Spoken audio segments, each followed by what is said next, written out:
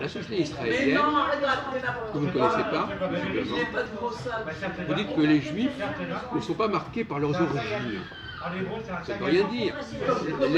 Même si on ne remonte pas à des siècles en avance, le juif qui vient de Vienne, ou de Kiev, ou de Londres, ou de Paris, ou New York, vous assurez qu'ils ne sont pas pareils du tout les uns et les autres. Et ils ne sont pas pareils, et quand ils arrivent en Israël, ils se retrouvent entre eux. Hein, bon, donc effectivement, vous pouvez tous dire que ça revient, que ce sont des juifs errants, etc.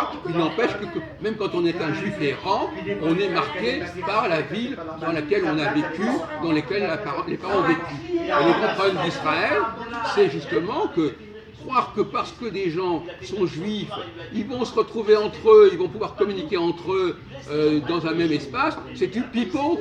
Ils vont être constamment marqués par leur pays d'origine. Donc votre théorie, elle vole en éclats. C'est intéressant parce que la création même de l'État d'Israël a prouvé justement que les Juifs étaient marqués par leur pays d'origine.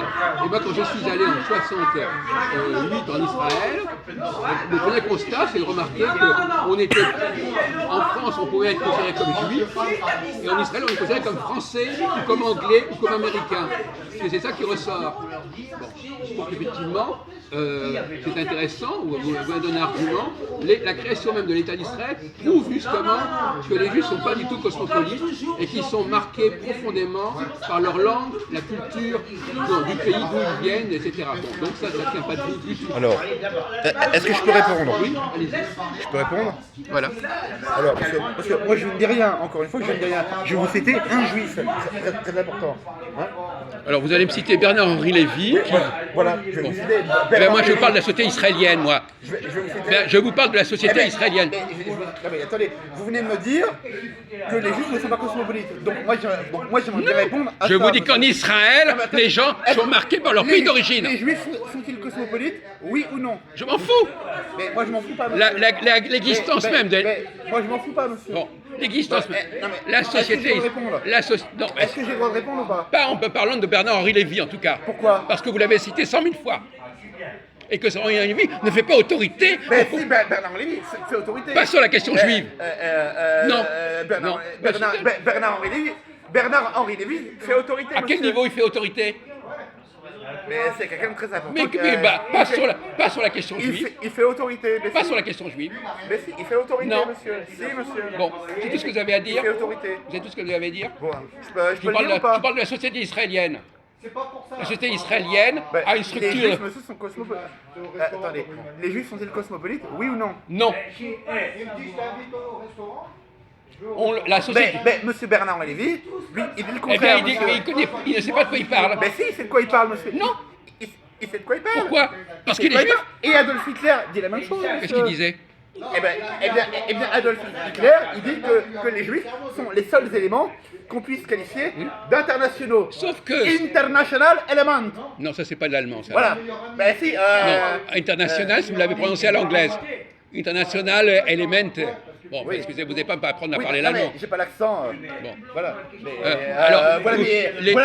C'est un mauvais exemple. Voilà, mais le regretté chancelier, les Juifs allemands, le regretté chancelier, voilà, dit que les Juifs sont les seuls éléments qu'on puisse qualifier d'internationaux. Alors paradoxalement, donc c'est pas moi qui le dis, monsieur.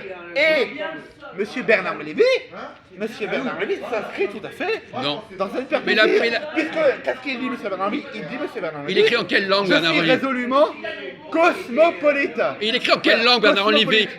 Il est plus français que les Français, Bernard Lévy. Il n'est pas français, monsieur. Il écrit en langue française. Et les Juifs ne sont pas français, monsieur. Et les Juifs allemands, à votre avis, à l'époque de Hitler, ils étaient intégrés ou pas? Mais les Juifs, ils sont juifs, monsieur. Les Juifs étaient parfaitement intégrés dans la société. Les Juifs, à l'époque de Hitler, étaient parfaitement intégrés dans la société allemande. Vous le savez ou pas, ça? Les Juifs sont cosmopolites. Monsieur, les Juifs... Vous avez parlé des questions... Les Juifs sont cosmopolites. Mais ça veut dire quoi? C'est quoi ce mot cosmopolite que vous utilisez? Eh bien, moi je ne le dis pas. Je vous répète ce que dit monsieur Bernard-Henri Lévy. Bernard-Henri Lévy qui est, comme vous savez bien dire, hein, je reprends une expression, hein, de vous, le top. Voilà, le donc top moi, de quoi? Voilà, donc pas moi, en tant que juif. Voilà, donc moi je vous cite quelqu'un qui est Le top. Mais pas sur la question juive. Le Pas top. sur la question juive. Voilà, Il a Bernard-Henri Lévy. Je suis résolument cosmopolite, dit-il. Mais il ne veut rien, Voilà, il ne représente que lui-même.